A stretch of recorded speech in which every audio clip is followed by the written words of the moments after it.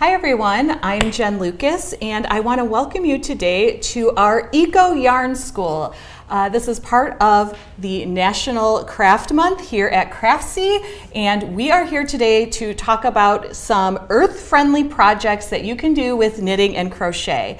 Like I said, I'm Jen, I'm a knit designer, and I'm here with my good friend Brenda, and she is an expert crochet designer, and she has lots of great tips to share with us too, and we are very excited to be with you over the next hour and just talking a little bit about some different projects that we've come up with and some different things that you can do in your projects to be a little bit more environmentally friendly. Brenda and I both have the same sort of philosophy when it comes to this kind of project. You don't have to do everything, right? You don't have to reuse every single scrap of yarn you have, but we all know we have little bits and bobs of old projects laying around that we can reuse and turn them into something awesome.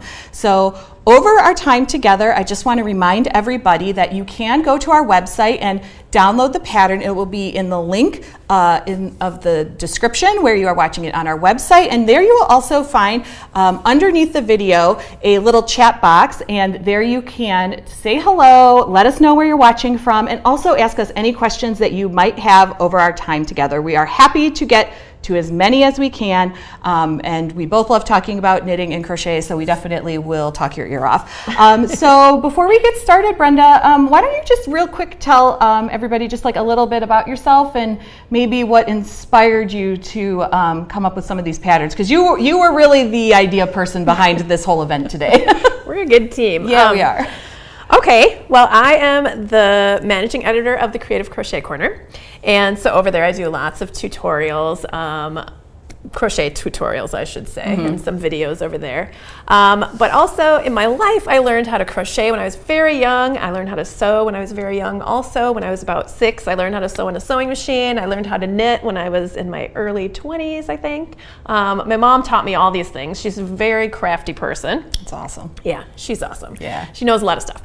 So yeah, and crafting is something that I do absolutely every single day, not just because it's my job. Even if it wasn't my job, it's like an outlet. It's a way for me to kind of calm myself down. That's just where my brain goes. I am always thinking up all these new projects and stuff. And so speaking of that, so Jen and I were discussing what we would like to do, what we wanted this theme to be. And when we sort of decided on this eco theme, I was thinking about how I really, really love using up things that I already have and using scraps. And I came up with this first idea of the dryer balls situation here. Now, if you've never seen wool dryer balls, maybe that's something that's new to you, but it's sort of a replacement for the dryer sheets, those kind of 1 or 2 time use dryer sheets, which also can be kind of problematic for some people because they have usually scents in them or chemicals in them that aren't really good for your skin. So you can use a wool ball to tumble around inside your dryer, and that keeps your clothes from getting too staticky, and it also makes things dry faster, which is awesome. So I was thinking about all these yarn scraps that I have. I mean, even the little yarn scraps that I throw away all the time, like when I'm done with my project, I weave in all my ends. I have this little pile of woven in ends next to me on the couch. I get up, toss them in the garbage. And I started thinking about a year ago, like, what can I do with these? I mean, I know I could decorate. I could use them for some sort of embroidery or something like that. But then I saved up a lot of them. Let me just show you. This is my yarn. This is my. Look at that. Look at all these yarn ends, you guys. You saved a lot. That was a lot of projects. I make a lot of stuff. Yes. So I had this project on how we are going to use those up. I had this idea on how we're going to use those up in this project. Do you want to talk about yours too, or should I just launch into explaining kind of how to do this? Why don't you go ahead and just launch into yours, and then we'll come back and talk about the knitted and then one. We'll do the do the little felting. All right, so because we're going through so many projects here with you guys today, and we only have an hour. We're just going to be showing little parts of the projects, but in the download, there's all the directions that you need in order to complete these projects. Absolutely. Everything you need to know, from the yarns we use, stitch counts, all that stuff. It's all in your download. So, but I just want to tell you kind of the theory of this. Basically, for my dryer balls, you crochet a sphere shape. So this is just a crocheted ball. It's still open at the top because we haven't stuffed it yet. Then in comes all the little yarn ends that I've been saving up instead of throwing away. And you just want to take all your yarn ends and stuff them into the dryer ball. I know this looks totally crazy. And you're thinking, how did that fit in there? And guess what? There's still room for more. But I want to point out too, you can use things like, here's a woolen pom-pom that fell off of something I made. Put that in. Oh, really? Even the Here's pom-pom. some, as long as it's 100%, well, as long as it's mostly 100% wool or alpaca, any animal fiber that can felt, okay? So that it has to be able to felt in order to work. Although on the inside, like that's definitely true of the outside, but on the inside, if you're like, ooh, was this wool? I know this is wool, but I can't remember if it was a superwash wool or if it was a feltable wool. You can still put it in here. Like you wouldn't want to stuff the whole thing with a non-felting wool, but if you have some scraps in there and that fills it out, it'll still work. Okay, gotcha.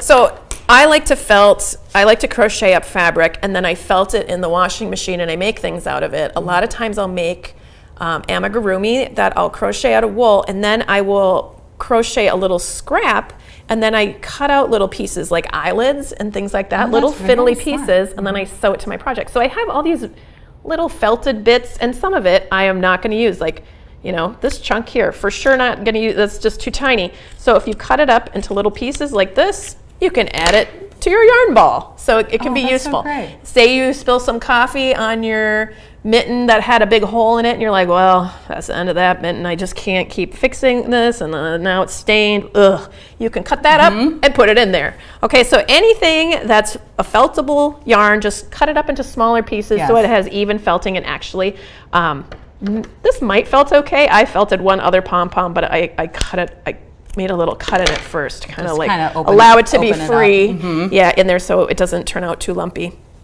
I mean, maybe it would be fine. I don't know. Yeah, so it's important that when you're choosing your yarns for this project, especially when you're making the actual ball, if it says superwash on the label, you want to steer right clear of that, because superwash wool really will not felt. Yep, it's made to not felt. Yeah, so that's the point. not, it's not going to work out. So after you get to a certain point in the pattern, you stop, stuff all these little yarn ends in, and then you continue, finish it off. And when you're stuffing it, you want it to be firm enough so that it can keep its shape on the table, but not so firm that it would be, like, you have to allow it to shrink a little bit. So I think I would put a little bit more in here still. Okay, cool. Like, and you know what? This is one of those things that's trial and error. Everything is going to be different. You're using scraps, you're using random things. You know, you just cannot predict exactly the results you're going to get. Right, everyone's going to come out different, right? Right. Yeah. And also with the gauge of this, I did have some suggestions for gauge, but what I would suggest is that you just crochet it up so at like the gauge you would make a sweater, like without a lot of holes between the stitches. You don't want it to be stiff, not like a pot holder or something like that. You don't want it to be stiff because then it has a hard time felting. But you also don't want to have a bunch of visible holes between your stitches, because then when you start to wash it, as you wash it, those yarn ends are going to start coming out, which is what happened on this one, which was okay. But if you want to check this out, it made this sort of kind of cool polka dotted model. Cool, but not what you intended. Yeah, so I mean, this is fine, and like, maybe you want to do this on purpose. I mean, it looks kind of cool. But if you want to have a more of a solid color like this one, you know, try not to have the holes be too big. Gotcha. But this is one of those things, you just have to try it out, make one, you learn from it, right? Yes. So I just want to explain one more thing about this particular pattern, because it might be a little confusing. Okay, while you're looking for that, we have lots of people saying hello. We have Marie saying hello, Gail saying hello, Tanike saying hello from Auckland, New Zealand. Cool. We've got Margaret from Boston, Catherine from Yellville, Arkansas, and Sue says, what a great day to see both Brenda and Jen together, which is so nice, because we love doing these events together. For sure. We do. And we have Shatika saying, what's up? Lakeisha, can you use, Lakeisha's asking, can you use a lot of things other than yarn? So yes, you're saying as long as it will felt. You know, if it's a feltable fabric, I would cut it up into small pieces, like a feltable wool fabric. Like that if you isn't made, yarn. like you found a 100% wool sweater at the thrift store. Yeah, you could cut that up. You and could put cut it in up there. and put it in there. Yeah, I wouldn't try to wad it up and put it in there because I don't think that's going to turn out very round. No, but little pieces maybe. But like chop it up into Yeah. smaller pieces, and you can put that in. That's a great suggestion actually. Yeah. 'Cause, you know, sometimes you might, if you're like me, like to thrift for things for yarn and things at the thrift stores, and then you might see something and it might have a little stain on it, and you're like, oh, nobody's going to want that. That's going to end up in a landfill. But Right. you could repurpose that and turn Exactly, it into these awesome exactly, dryer balls. yes. Okay, so the pattern for this, it's all written out. However, it's a little loosey-goosey because I wanted you to be able to crochet this out of either worsted weight yarn, bulky, chunky, different weights of yarn. So in my pattern, I tell you to start making a circle, and there's directions for that. So you'll work the number of rounds you need to in order for the circle to measure between 4 and 4.5 inches in diameter. So if this was your circle, measure it all the way across. And at that point, you ignore the rest of the increased directions. So say that happened after you worked round 5. You don't continue with round 6, 7, or 8 in the increased directions. You just make 5 more rounds working even. So you've worked 5 increased rounds. However many increased rounds you made, you work even for that amount. And then you go to the decrease section and you look at how many stitches you're beginning with. So let's see, if it was 5 rounds, we would have ended up with 30, I think. Let me see. 30 single crochet. So then you'd find the one that said you were beginning with 30 stitches, and then you follow this decrease starting here, and then you move on to the next one. You stuff your ball, move on to the next one, and finish up your directions. So you'll likely be skipping some of these directions unless you're making it out of a pretty thin yarn and doing lots of rounds. Gotcha. But they're there just in case you need to make a fingering weight dryer ball. You can do it. Yeah, you can. But I just wanted to let you know, because this is kind of unusual. I've never written a pattern that's made like that before. So, and the cool thing is, you know, once you kind of know how to make a circle, a flat circle, you can just kind of make this up as you go. Yes, you just make a flat exactly. circle, go straight up, make a flat circle, decreasing, Yeah, and you're done. exactly. So, all right, Jen, do you want to tell us about your version? Yes, so I made the knit version, and I basically did the same kind of thing. We are going to start with a circular cast on, which I'm going to show you how to do in just a second, and then you just knit some plain rounds with no increases, and then start decreasing, stuff the ball, I did the exact same thing that Brenda did.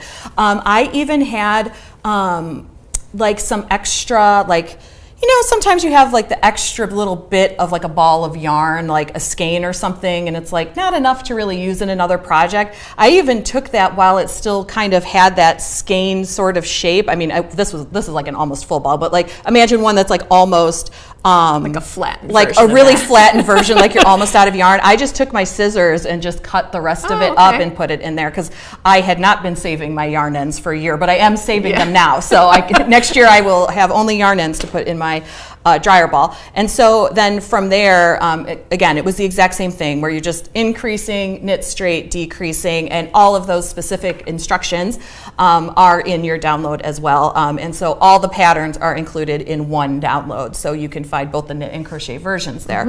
And then as far as my 2 dryer balls that I've made, this light blue one here I did out of a bulky weight yarn, and then this sort of brownish gray one I did out of holding two different worsted weight yarns together. Okay. But then this one also came out a lot bigger, I think, because I really did stuff a lot of yarn in this one, and it is actually like surprisingly heavy. Yeah, it'll make a big difference how much you put in there, and also how thick the yarn was on the outside, and just different types of yarns, different colors, they all shrink up differently. So right, and even with mine, like some of this, like the yarn I stuffed inside, like there was some green yarn I stuffed in there. You can see this one had like some brownish gold yarn. It kind of came through. But Brenda's going to show us some needle felting in a little bit here, and that for sure. I mean, you could just needle felt over the part you don't like. You can cover it up, or you can do something that's an accent to that. Because I think it's actually kind of pretty. This one, This one I made, this was a gray outside, but see how much purple is happening here? And that I thought that was intentional. Nope. I thought that was intentional when I saw it. That was a mistake. Wow. That just came out. It just kind of came out from between my stitches. And yeah, I mean, that's the thing about this project. Just be ready for, be ready for what comes out of your washing machine. It's going to be a functional dryer ball, but it might look a little different than when, hopefully it'll look different than when it went in. Yes. But it might have a few surprises for you. Let's see. Maria is asking. Well, first of all, Maria is saying bonjour from Toronto, so that's great. I love that we have people. Yeah, we have people watching from all over. And Maria is asking, is it okay to fill the yarn ball with acrylic yarn and white polyfill since I don't have enough like wool stuff around? I have not tested that. I would steer clear of that because I feel like the properties of the wool is what actually keeps it from getting so staticky in your laundry. So I would not try to substitute with a different kind of fiber content. I would stick to animal fibers. I think alpaca would be fine. Of course, wool, other animal fibers would be fine, but I don't think, you could definitely test it. And then let us know in the comments later. But I just have a feeling that it's not going to be, maybe it'll probably, loosen up your clothes in there and keep things mixing around and probably dry a little faster, but I think it might get kind of staticky. Yeah, I think so too. Let's see, Sue is suggesting using that old school paper cutter to chop them up, to chop up like bits your of little, yarn. Yeah, like your the felted pieces. Yeah, you could do that. And Sue is also asking about wool batting scraps. Oh, I'm pretty sure that would work. I'm pretty sure it would work. I think anything that's wool and that could felt, if it's wool and it could felt, it could go in there. Yeah. Yes. Put it in there. Yeah. Okay, well, I think what we're going to do next is I'm going to go ahead and show how to do the circular cast on for the knit version of the felted dryer balls. And Brenda actually has some needles over there too because she's never done the circular cast on before. I'm going to be learning along with you guys. And then she's going to do the needle felting, which I have only tried and kind of failed at one time. So I'm going to get some tips from Brenda on that. Okay, so for the circular cast on, you just need to start with, a normal length of a yarn tail. So, just your 6 to 8 inches that you're going to weave in later.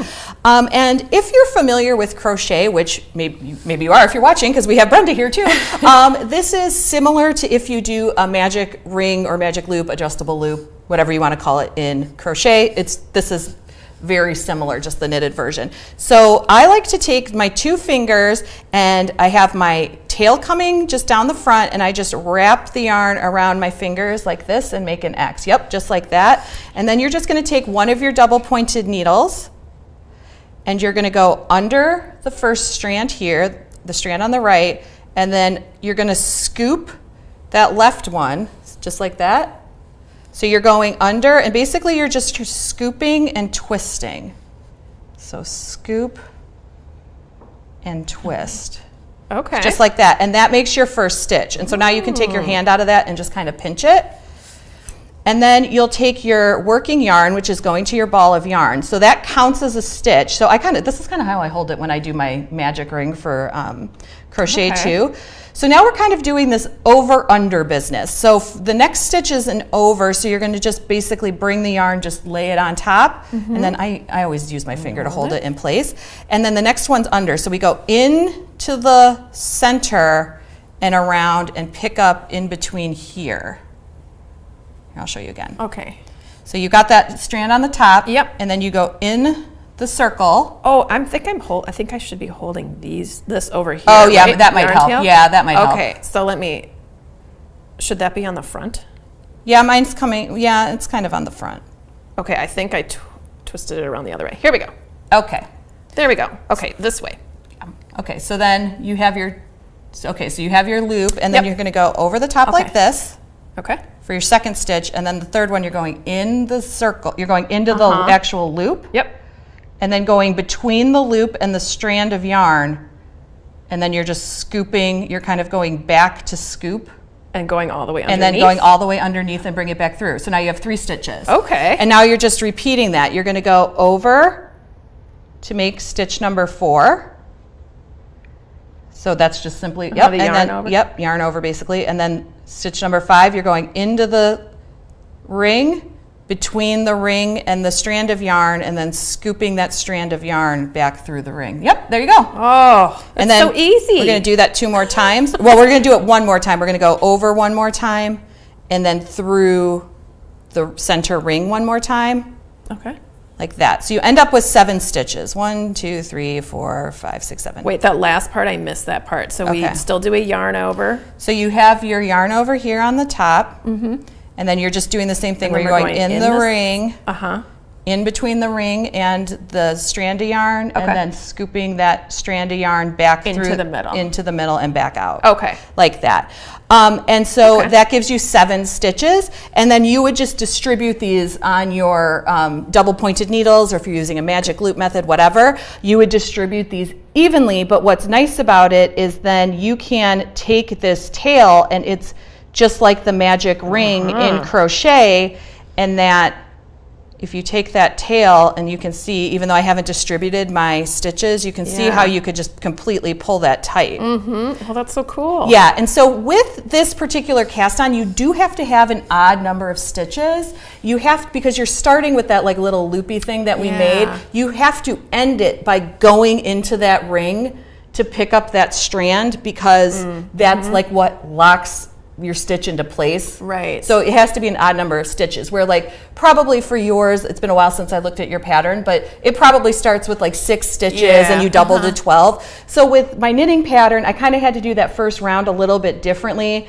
I couldn't just simply say knit into the front and back of every stitch. I mean, I guess I could if I wanted to have 14 stitches, but I kind of like go back to the I kind of like the formula? 6, 12, 18, like that circle formula. Right. And so I just, on that first round, I just worked it out, so then you're not doubling the stitches, you're going from 7 to 12. Okay. So, but that's like the only difference. But this is just like a way that you can actually start your knitting that is similar to that crochet, because the other option, and if this does not work for you, because this took me like kind of a long time to be comfortable with it, you also could just cast on 7 stitches and join in the round, and just know that at the end you're just going to have to take that tail and just sew it closed. cinch it up. And again, we're felting it, so it's like you don't even have to probably do that good of a job with it. And so let's see. Oh yeah, so Sue is saying, is that the same as the crochet magic circle? Yes, it is similar in like, I feel like I start it the same way. And even though with crochet, you're just working into that like ring every time, here you're kind of alternating, going like picking up the strand over and then picking up the strand by going into the ring. So that's the only real difference. Right, but it's the idea of having that overlapping piece and having the thing to pull on, that's exactly the same as the and magic so loop. this is like this is, once you learn this one, I mean, it's great for this project, but it's great for tons of other projects I'm too. going to use this all the time. Yeah, if you're starting a blanket or something from the center out. Yeah, I make a lot of amigurumi, like most of what I knit, most of the patterns that I make for knitting are amigurumi. So I can't believe that I didn't know this. Oh, well, now you know. Yay. Yay. Okay, so let me ask you, when you do this, and if you needed to have more stitches than that, would you just put all of them on that one needle? Yes, and so that's divide them up. That's what I do when I'm doing it. If you had to put a bunch of stitches on for another pattern, I mean, yes, I guess you technically could start splitting them off onto their needles. But you don't really, probably you're not going to put that many on if you're doing a circular cast on, because it's usually you're doing that because you're going to bring it all I mean, together. I can't imagine starting with more than like, I mean, I feel like 16 would be like pushing it as far as like being able to pull it and then have it be closed tight. So that makes sense. So for me, I'm gonna, when I do this cast on, I'm gonna put them all on one needle and then I'll distribute them however. And even if I'm using like the magic loop method to knit in the round, same thing. I'll put them all on one needle and then arrange my long circular needle to be magic loop. So that makes sense. So that's how you start the dryer ball, but then for knitting, and then again from there you're just gonna go forth and increase and decrease and then stuff the ball just like the crochet one. Same theory. So I know, Brenda, before maybe we get to the needle felting, maybe you could just talk quickly about how we actually go from your crocheted ball, felting part, the actual getting this to shrink into a felted ball. Yes, let's talk about that. Okay, so once you stuff everything in there and you do your last rounds, you're going to close that all up, and so it's a nice crocheted or knitted. It's a little squishy, okay, and then all you need to do is put it through the laundry. Like, you don't need to make a special effort to wash these on their own. I mean, you can if you want. Maybe you make a whole bunch and you just felt them at once. But what I did, because I was thinking eco-friendly, like I don't want to do extra loads of laundry. I'm just going to throw it in with whatever I happen to be washing, and then throw that into the dryer. That's what I did. And then it goes into the next load of into the washer, into the dryer, into the washer, into the dryer. But you know, if you mess up, you forget to put it in the dryer a couple times, you could just keep washing it for a while. Yeah. You know, it's fine. So what I did is I put it in a lingerie bag because I was worried that some of these little pieces of yarn would come and float out into my machine and kind of get stuck in my machine. I've done a lot of felting in my machine, and I have done that before where there's lots of woolly bits floating around. Yeah, you do have to be careful. You don't want to void your washing machine's warranty with your yarn. Yeah, don't wreck your washing machine for the dryer balls. Yeah. Okay, so if you don't have a lingerie bag, another thing that works really well is just an old pillowcase that you aren't so worried about getting little holes in. So you can just put it in a pillowcase, fold over the top a couple times, and safety pin it closed. Then it can't come out. But just know, as you're washing it and drying it, where you've pinned through with your safety pins, you're probably going to get some little holes there. It might not actually rip the fabric, but this is, you know, it has to be a pillowcase that you don't really care about anymore, an old one. But that's just a way to keep the wool out. So basically, you're just putting it in the wash, putting it in the dryer, putting it in the wash, and the first time you wash it, you'll be like, oh, is this actually going to work? I don't know. Brenda and Jen said it was going to work, but now it looks all fuzzy. It looks super shaggy, and there's holes between my stitches now. It looks worse. But you just got to keep going. Yes, that's very true. I think both of mine were about like 4 to 5 wash dry cycles, and I did the exact same thing. I just did it with my regular laundry. I put them in. I did them one at a time because I just had happened to knit them one at a time. So. I just put it in with my regular laundry. I did conduct an experiment because on this blue one, I did kind of have that feeling of like, is this felting fast enough? Yeah. And so I did actually take it out and put it in some like a bowl of hot water and kind of really agitate, because I have one of those, because I do have like one of those newer washing machines that doesn't like agitate as like, it doesn't have the center agitator thing. So I was starting to worry like, is this getting enough agitation?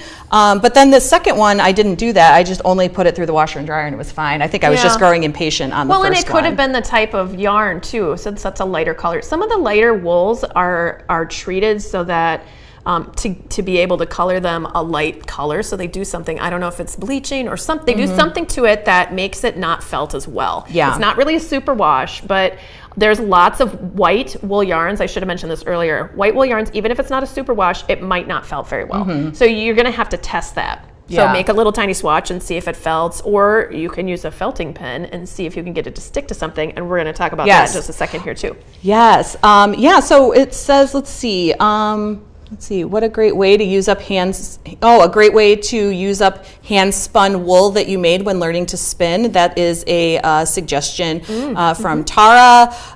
Let's see. Susan says made a nice dry wool bed for a homeless cat that found it. So she made they made a little cat bed and felted it. That's a great idea. Let's see. I want to knit a scarf and then a blanket. Would I be using the same tools? Yes. I mean, overall, if you're going to be knitting and you're crocheting any kind of project, yes, it would all be similar tools: knitting needles, crochet hooks, tapestry needles, all that stuff here. Okay, so I think we're ready to learn about the needle felting. So I'm very excited about this. Let's go. I want to say one more thing that I forgot earlier, and that is, if you are using darker colors, a wool that's darker colors, particularly if it's on the outside of the ball, or if you're stuffing a lot of it into your ball, you do have the potential of that bleeding a little bit. So if you're just throwing it in with your laundry, start with your darker colors first, or check the water and see if the water is in any way tinted from the yarn you put in there, if it's a darker color, because you do have the potential to be having this bleed on your fabric, on your clothes, which would be I would feel really bad if somebody did that.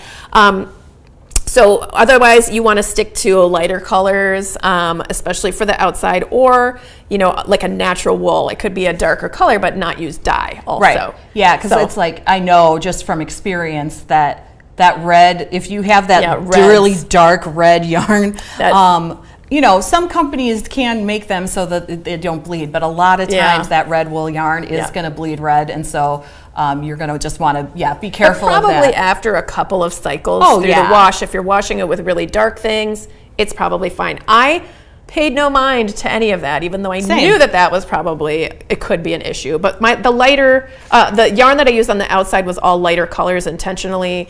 You know, the other thing is if you're using like this red on the outside later, it didn't go through the wash like many times like the ball did, because we added this decorative part later. So that is something to watch out for. If this is wet, you put it in the dryer to dry, you know, your whites, and then a wet thing just sits on there for a while. It might possibly bleed. So you're going to want to test that. You know, if you're going to, this one didn't, the yarn that I used didn't. I actually did check that because I was a little worried about that, but this is not all the yarns out there. So it could bleed. So when you're decorating these, think about that too. Okay? Yes, absolutely. And then you can also send it through the wash again after you've decorated it. And that will hopefully help keep the bleeding out. So anyway. Yes. Great. All right, so let's talk about the needle. The decorating, okay? That's so this was such a fun project for me. I have been using little felting tools on my crochet and knitted things recently to decorate them and give them a little personality. And you can do this on like regular crocheted fabric. It doesn't have to already be felted in order for you to do this, but you do need to use scraps of feltable yarn. So again, that's like an animal fiber, 100% wool or close to it at least, would work well. Alpaca would work, you know, yak, camel. All the animal fibers should felt pretty well. And definitely look to make sure that it does not say superwash again, like we were talking about before. Otherwise, this is not going to work. So this is a felting tool that I like to use. There's also, this is what I started out with. This kind of, it's a felting pen, but I'm not using this today because I needed some new needles. I wore them out here, but I ended up having these. These are much less expensive, and I wanted to test them out, and they work great. So I'm probably just going to be doing these from now on. Cool. The pink felting pen. So you have to be very, very careful because there's a needle in here. I'm going to pull this out. This is just how they're stored. There's a needle in here that's extremely sharp and it's barbed. Okay, so so you could seriously hurt yourself if you're not paying attention. If you stab this into your hand, which I have done before, you will bleed. And it really does hurt. Okay, that looks like, you just have to be really, really careful. One of these sets came with these little leather bits to protect your fingers. If you want to use these, you can, or not. I'll just take my chances. Okay, she's a wild woman. Yeah. Okay, so here's one for you. Okay, thank you. I'm just and gonna I'll take a set look this at one up. Oh yeah, you can see the barbs right in there. Yeah, so definitely make sure, you know, if you have a rambunctious cat, which we were talking about your cat earlier, you know, you might want to make sure that your cat's not near you when you're working on this, because you don't want them to paw at what you're working on, or any kids. Make sure your kids can't get into this. That would be not very good. Okay, unless they're older and very responsible. Okay, so what you do, say I wanted to make this little rainbow guy here. You just can. It's basically like doodling with yarn, but I do have a couple of tips for starting out. I'm just going to cut off a length that's workable so it's not attached to the ball. I like to start instead of, like, if I was making this stripe here, instead of starting right here on the end and just going back and forth a couple times, I like to start here and go back and forth, because then I can cover up my end. It's a little bit tricky. It can be a little bit tricky to get the end of it to be in the right spot, because it kind of wants to float around, and look at it wants to spread out like that. Oh, I see. So you just can let it spread out. So you're just sticking it on here and then keeping your finger out of the way. Yep, keeping your hand out of the way, and you are just stabbing it, and try to stab it in an up and down motion.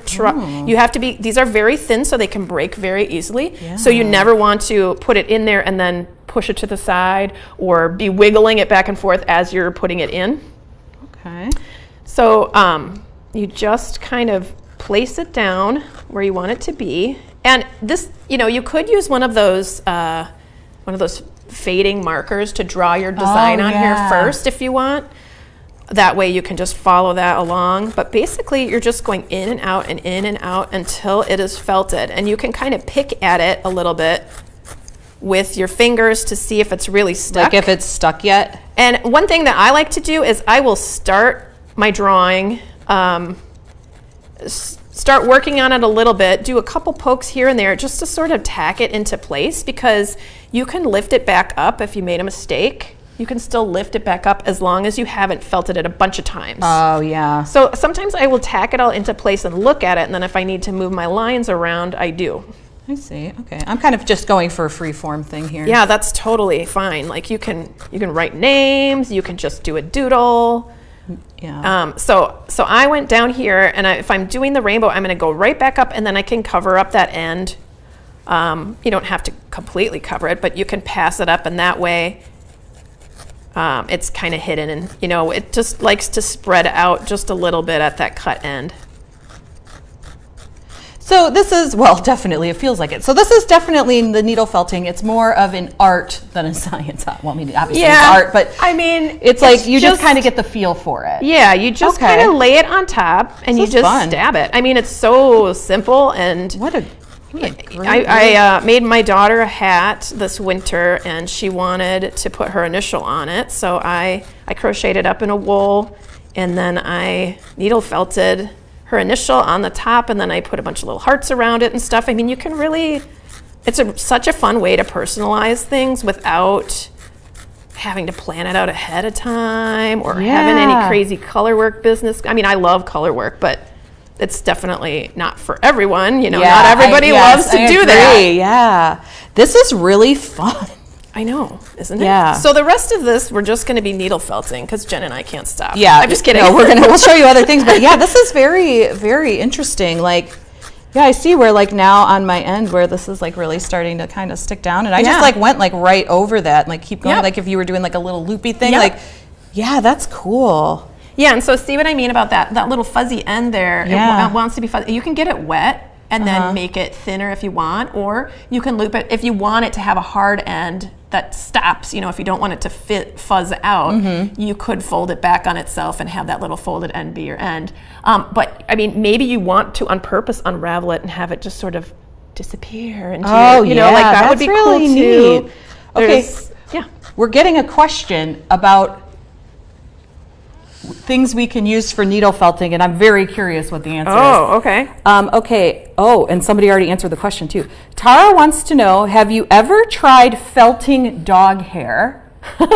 Marty says, my Australian Shepherd's winter undercoat works. Oh my gosh. I have heard about people doing this. I have never done that before, but it's an animal fiber.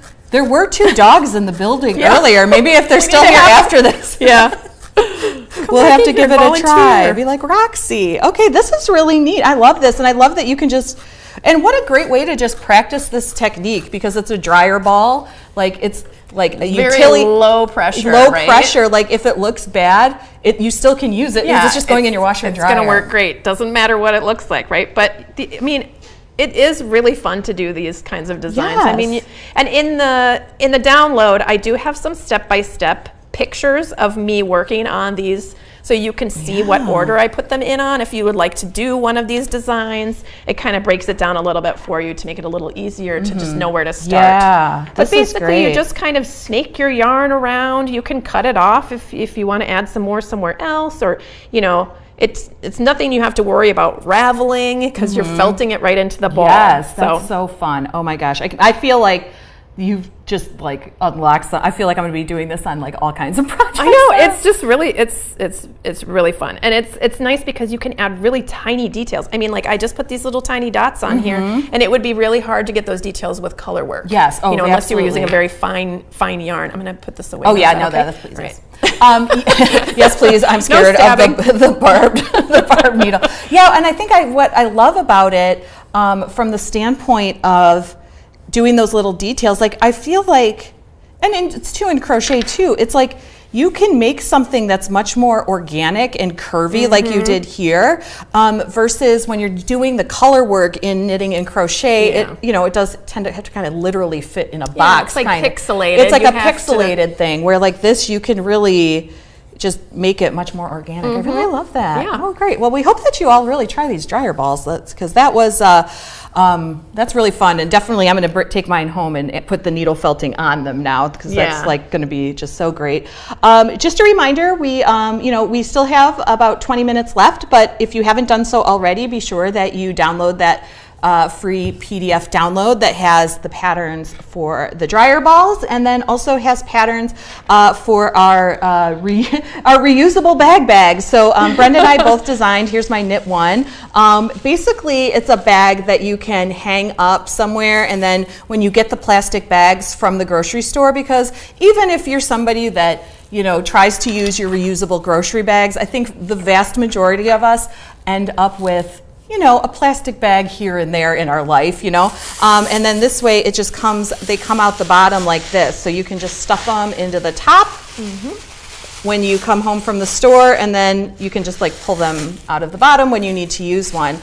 So there is both a knit and crochet version of that in the download as well, so be sure to check that out. Brenda, I know that there was some stuff with your bag that you wanted to talk about. You added some really cool details to yours, so maybe you could talk about that a little bit. So first, I just want to talk a little bit about the crochet chart. So I'm a visual learner, and so I made a crochet chart to help you understand the lace. Here, let me show you what this bag looks like. So here's the bag. It has this sort of lacy leaf motif, and this repeats 3 times around the bag, okay?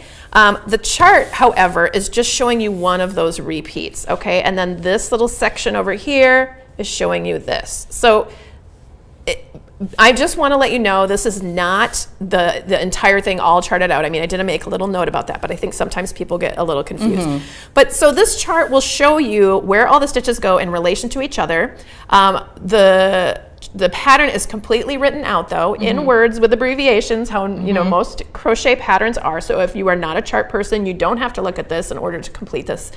This is just for people who are a little bit more of a visual learner, or, well, also, the written directions, they are kind of wordy, because you have to explain things like skip this stitch, skip that stitch, skip this other stitch, then put 3 of these stitches into that stitch. Whereas you could just say, you're making this here, I see that, I see those 3 chains, okay, I see we're skipping these stitches, nothing's worked into those, and then there's a double crochet chain, 1 double crochet right there.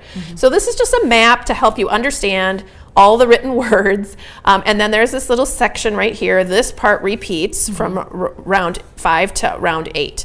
The other little bit tricky thing that I wanted to show you is that this actually starts right here where those numbers are. So there's a 1, 2, 3, 4, 5. That's where you start the round. So your chain is right here.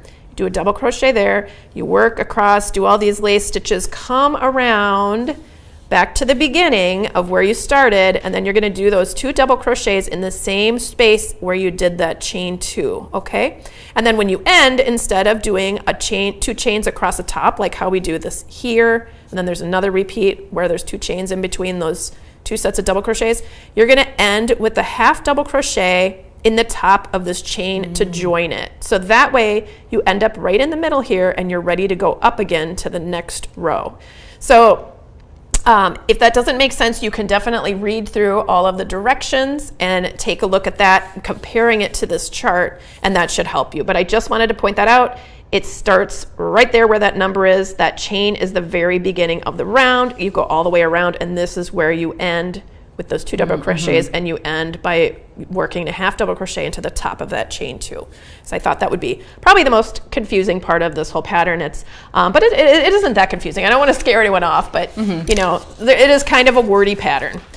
So the other thing I wanted to show you was how the top closes. So we have a button at the top, a big large button that's made out of a coconut shell, and then we have this faced, like a self-faced hem here. So we worked a few rounds of single crochet, folded that around to the inside, and then stitched it to itself down here. Gotcha. All right, so that's closed off. And in the process of working around and around in the single crochet, at one point we make this little loop. All right, so this is already made. Then we're gonna make this tassel separately, and maybe in the interest of time, I think I'll just kind of explain it a little bit. Yeah, maybe we'll explain it, because you had actually a lot of photos in the pattern. Yes, there are pictures in here of how to make the tassel. Let's see. Well, they might be a little bit small for you guys to see, but when you print out your download, you'll be able to see them a little bit closer here. So basically, the process is you're going to take a piece of cardboard like this, and you're going to wind that yarn around and around and around and around. So you'll have a bunch of yarn wound on the cardboard. Then you tie, actually I think I have a picture before that. Yes, I do. here's the picture. You've wound it all around that cardboard. Then you take this longer strand and slide it under all those loops, okay? And you can tie it together, and that's what ties the very top of your tassel, right here. Then you cut the bottom where the cardboard is, and then you tie another piece around here, another piece of yarn right here to tie that together into that sort of tassel-y shape. And then you use these two long yarn ends. You twist one way and the other one the other way. So you're twisting, twisting until it wants to twist back on itself. If you've ever twisted, you know, a piece of yarn or something and it starts to fold in on itself, that's what you want. You twist it until it starts looping all by itself, and then you bring them together. And the whole thing will spin and untwirl, and then it becomes this nice twisted cord here. And then you can use that, cool. And you just sew it right to the bottom of this loop here. What a beautiful little detail. Thanks. So what that does is it just allows you to close it, so you just wrap it around, and there it is. It just seemed a little bit less fiddly than trying to get I mean, I knew for myself I would not ever just bother to put the button through a buttonhole. I just want a quick thing where I can just be like, okay, put the bags in there, good, we're good, we're moving on. Exactly, and then for the knitting one, I'll just explain it real quickly. The knitting one is a very basic and pretty straightforward pattern. So you're starting at the bottom here and doing a little bit of increasing, and you're working in the round the whole time. I just added these little eyelets, just you know, for something a little different. And then at the top, and I have step-by-step instructions on how to do the I-cord, but you're just going to work a little bit of I-cord, and then when you're done, all you're doing is I didn't even do a great job on this. I just literally just whip stitched it to the inside. I did not add a button to mine because you don't really need it. I mean, yeah, that's like an optional, and even for this, if you didn't want to do it, you don't have to do that part. I had crocheted myself one years ago when I was first learning to crochet, and I'm still using it to this day in my house, and I felt like I always left that one open, so I just left this one open. I mean, we'll see if I actually put the tassel on. Maybe I will just leave it open, but yes, I don't know. At least you have the option. But yes, and if you knit this one, you could use the instructions, because you'll have the tassel instructions in there too, so if you want to make a tassel and add a button to this one, you absolutely could do that. Let's see. Oh, Sue was saying that these bags look like we could store our extra dryer balls in them until our dryer balls need replacement. Totally yes, that's a good point. Oh, and she's also suggesting that you could put a drop of essential oil in them. My mom does that. My dad has some dust mite allergies, so she puts tea tree oil on her dryer balls, and then that is supposed to kill the dust mites in the dryer. And Marty is suggesting that they would lay down the yarn, the yarn you're going to tie first, and then wrap the yarn around it. You could do that, as long as maybe tape it to the top of your card, so it's not sliding start around. Working into your wraps or something. But that's very true. You could do that. Yep. Okay, so that's the basics of the project, but we have a little bit more time, and since we called this event Eco Yarn School, we thought it might be nice to just talk a little bit about some eco yarns or some different things you can do just to be a little more environmentally friendly with your yarn. So I think first maybe we'll talk about the plarn really quick. Sure, yeah. Okay, so last year we had an event, and Brenda and I both made bags out of bags. And so these were plastic bags from, the grocery store or whatever, and we made plarn, which is plastic yarn, and then in my case I knit with it, and Brenda crocheted with hers, and you will definitely need to check out Brenda's pattern, especially because she had all different colors of bags, and hers is so cool looking. I was lucky. I had some good donations of plastic bags from people who had really good colors. Yeah, and I ended up with like kind of a lot of gray, so I just did my plarn stripe. Really cute. And then you got the little speckles from, and the logos and stuff. Yeah, so just quickly I want to explain how you would do this. And so what you're going to do is you're going to take your plastic bag and you're just going to cut it into strips, so you're left with a loop. You're left with a bunch of loops, and I can't remember because it was last year that we made it. I think each regular standard size grocery bag, I think I got like 14 or 17 or something like that loops out of it. And then what you're going to do, and I've already done one here, is you just start to join them. And so to do that, all I did was place one on top of the other, and then you just pull it through. So you're basically just creating a little knot there, and so it's doubled just like this. And then I ended up putting a bunch together until I had my ball of plarn, and then I literally just knit with this.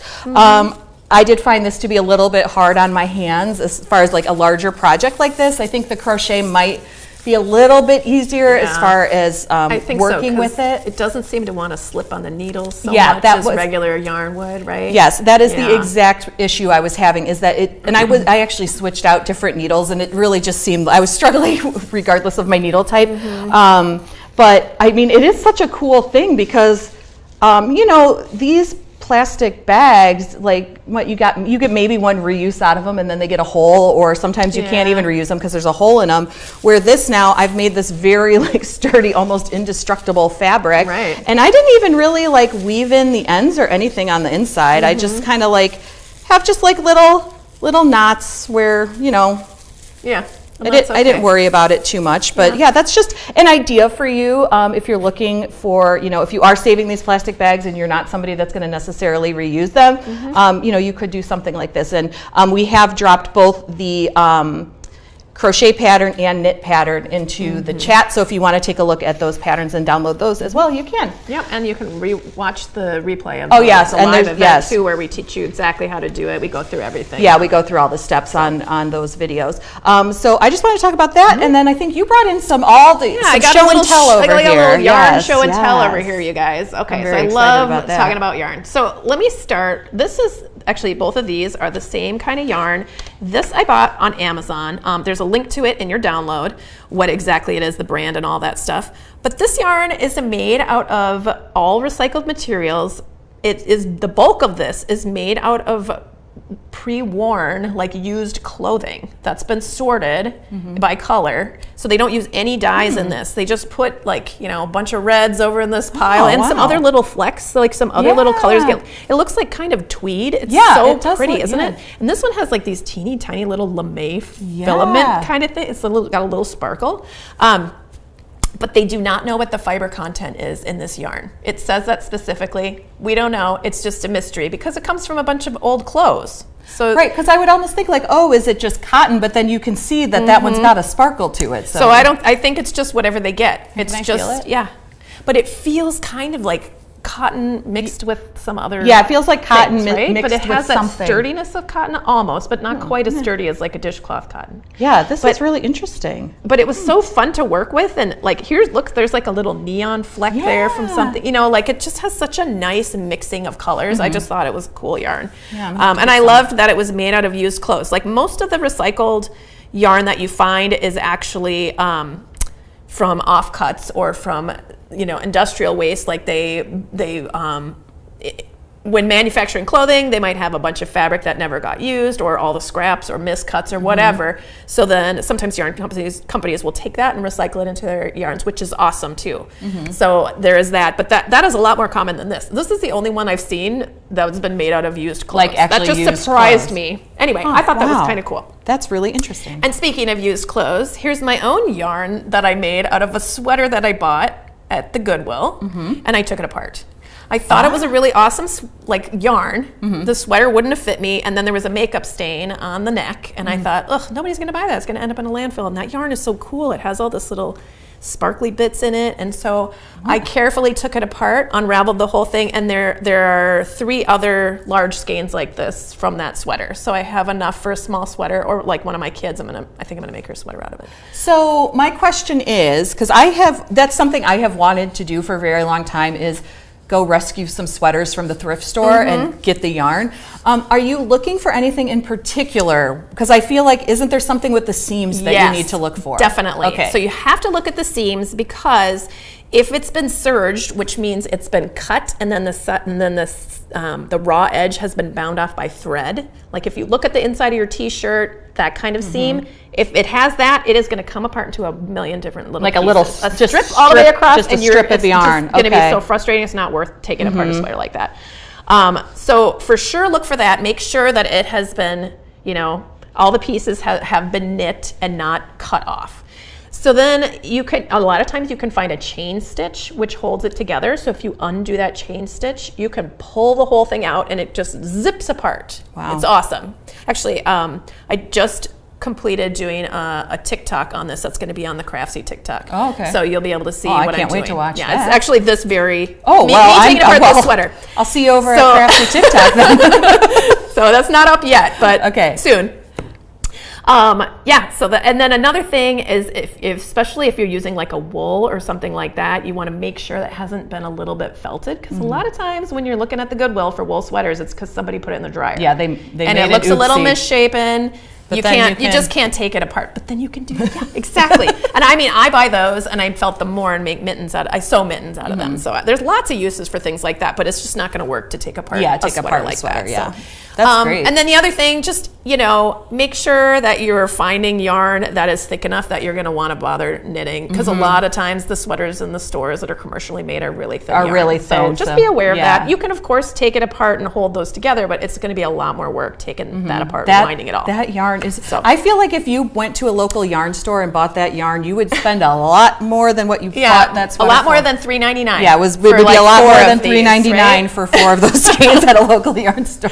Okay, so here's my next show and tell. This was yarn that I bought at an alpaca ranch that I visited last summer. So that's another eco avenue. I love doing that as well. Going straight to the place where they, create the yarn, where the animals live. Yes, and oh my gosh, the alpaca. Oh, so cute.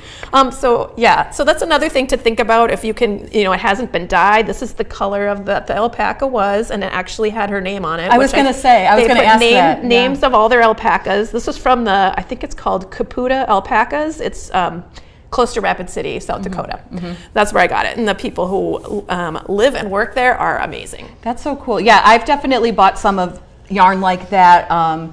There is something, I don't know if it still happens, there's something called Alpaca Days in September, and you can go around to alpaca farms all over the country, and where I live in Illinois, there happens to be a lot of alpaca farms, and I've gone on that weekend and bought yarn, and same thing, it's so like awesome. The colorway is, the name of the animal. I think that's exactly. So fun. It's so fun. Yeah, and one other cool thing about alpaca specifically is that alpaca does not have lanolin in it like wool does, so you don't have to wash that out, so it doesn't take the water. A lot of the production of these kind of yarns, even if they are biodegradable, come from a natural source, you still have to think about what does it take to produce it. So alpaca is one of those things that doesn't take a bunch of water, so that makes it an extra bonus in my opinion.